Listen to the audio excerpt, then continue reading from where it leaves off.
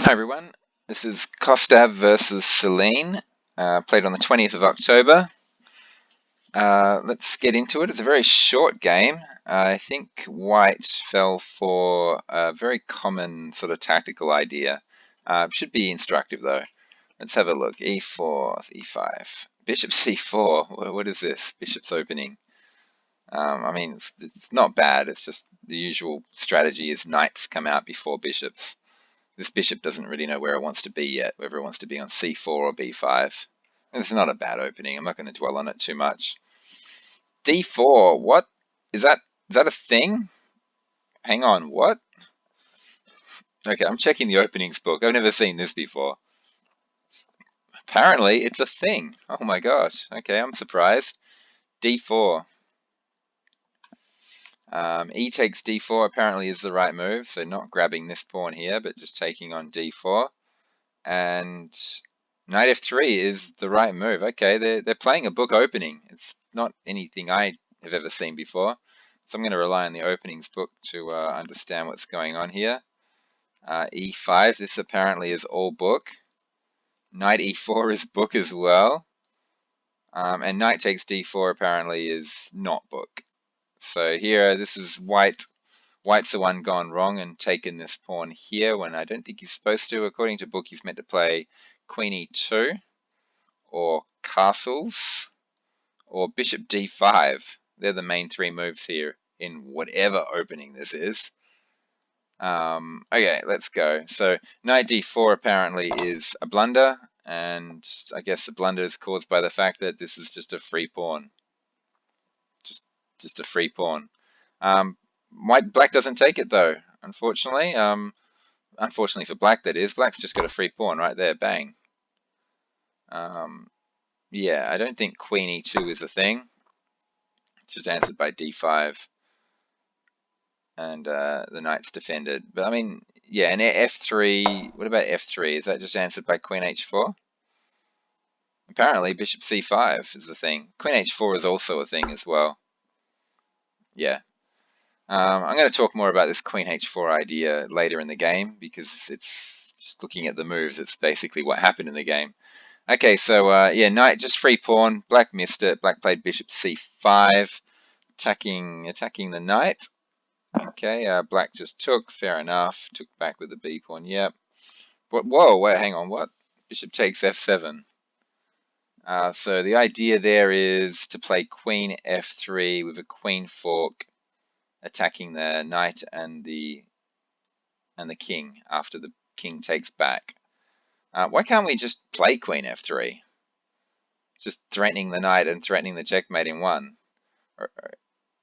Like, what's wrong with just doing? Oh, because this is on pre. I see. The idea is you're worried about the bishop taking on f3, but on f2. But hang on, but this is crazy. Like, if the bishop takes and the king just simply moves, this knight's on pre, and the knight is stuck defending the bishop, and the queen is threatening mate all at once. d5 has to be the only way to stop it, but then you can take on passant. Oh, because when the knight takes back, you don't have time to grab this bishop because your bishop's on. So you're basically forced to sack it. Well, you're not forced to, but after sack and then queen takes here. Oh no, that's really bad. Oh, okay, this is a weird line. And we're out of book, so I'm guessing the two players are, sitting there trying to calculate this mess out. It's a hard one to do. So White decided to play bishop takes f7, and the idea is quite simple. After king takes, queen f3 check, forking the knight and the king. The knight will go back, of course, and you don't have to take it because it's pinned. You could probably just castle if you wanted to. I kind of favor castling. I don't want to just take this because I don't want to give black a free rook e8 check. So just simply castle and then take it next move would be the way to do it. And what's the material? 1, 2, 3, 4, 5, 6. 1, 2, 3, 4, 5, 6, 7. But this pawn is going to disappear off the board. Yeah, it's about even maybe. This king is a bit exposed, so it looks like it might be advantage to white. However, black has got two bishops. White has a bishop and knight. The two bishops are very strong. Probably about equal. two bishops in an open position are very, very powerful. They usually just, make a bishop and knight look pretty bad by comparison. Okay, so after bishop takes f7 check, black didn't take it. Black played king f8. I think just taking it was fine, but I think black's got her sights set on this f2 pawn and how hard it is to defend. Bishop e3, that cannot be right. No, I'm sorry. Castling is surely the move here. You just castle, and I'd say that's probably slightly better for white if you just castle here. Maybe not even slightly. Maybe it's just better for white. You're going to transpose into the line I just showed you before if the king takes here and the queen f3 check gets played. But yeah, bishop e3, that must, I mean, straight out from a positional standpoint, the bishop takes the bishop, the pawn takes back. You've got doubled isolated pawns straight out, and you're not even material up. But on the, the further thing I'm looking at is after bishop takes, pawn takes, you've got this queen h4 check, which looks pretty devastating. Oh, and this is what happened. This is actually the main line. Yeah, bishop e3 is yeah, no good. After bishop takes, maybe queen f3. I don't know. Everything looks bad. So after takes, and this is what I wanted to show you before. Once this f pawn gets moved, either from taking something or moving up when it shouldn't or getting sacked, and this line opens up to the king, suddenly this queen h4 idea is very powerful. And you combine that with a centralized knight, and it's pretty much game over. I mean, the king could probably try and make a run for it. I don't think it's going to get very far. But the idea is that if a move like g3 is played, which was played, you've just got a simple knight sack, and the pawn can't take the knight back because it's pinned. Or in this case, it kind of did take it back. Sometimes you can get out of this trap if you've got a knight that can move to f3 and hit the queen, and the queen has to waste time moving, which gives you the time to grab the knight. We don't have a knight that can do that, but we do have a queen that can do that. So a move like queen d4 might be the best sort of way. But I mean, you could probably just trade pieces here, and oh, actually no, you've got a discovered check here. That's pretty devastating actually. The king starts running for it, but then we got knight fork, and then grab the queen, and then grab the rook, something like that.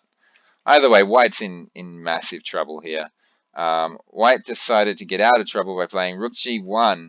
That doesn't get you out of trouble, unfortunately. Knight e4 check, and you're in deep trouble.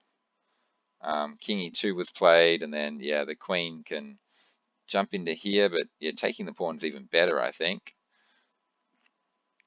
Instead, black took this bishop.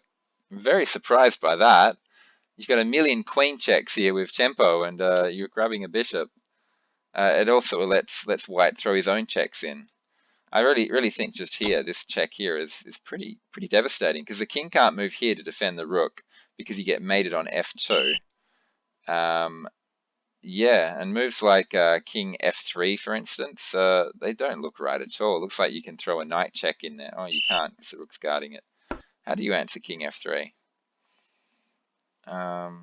According to Stockfish, black is 18 points of material up, so obviously there's a move, and they want to just play this, and that makes perfect sense actually. It defends a knight, and threatens queen f2 mate because it releases the bishop to guarding this. Yeah, and if the king tries to run out this way, yeah, knight f2, and you lose the queen. So just queen takes h2 would have finished this game off very quickly. Whoops. Instead, black took this bishop here, which allows a queen f1 check, and this queen starts to guard some of these squares that black wants to infiltrate on. So the king moves to e8, and then we can probably offer a swap off of queens here with queen f4, and I'm not sure what the material is. Black is just a whole piece up, isn't he? In this case, in this position, he tried rook g2, but that loses instantly to bishop a6, and well done Celine, she found it. Bishop there, just a skewer, loses the queen, game is over, and there's probably no point looking at the rest of, well, she just sacked the bishop. I was going to say, there's no point looking at the rest of this moves, but then I see a sack, and I obviously want to look at it.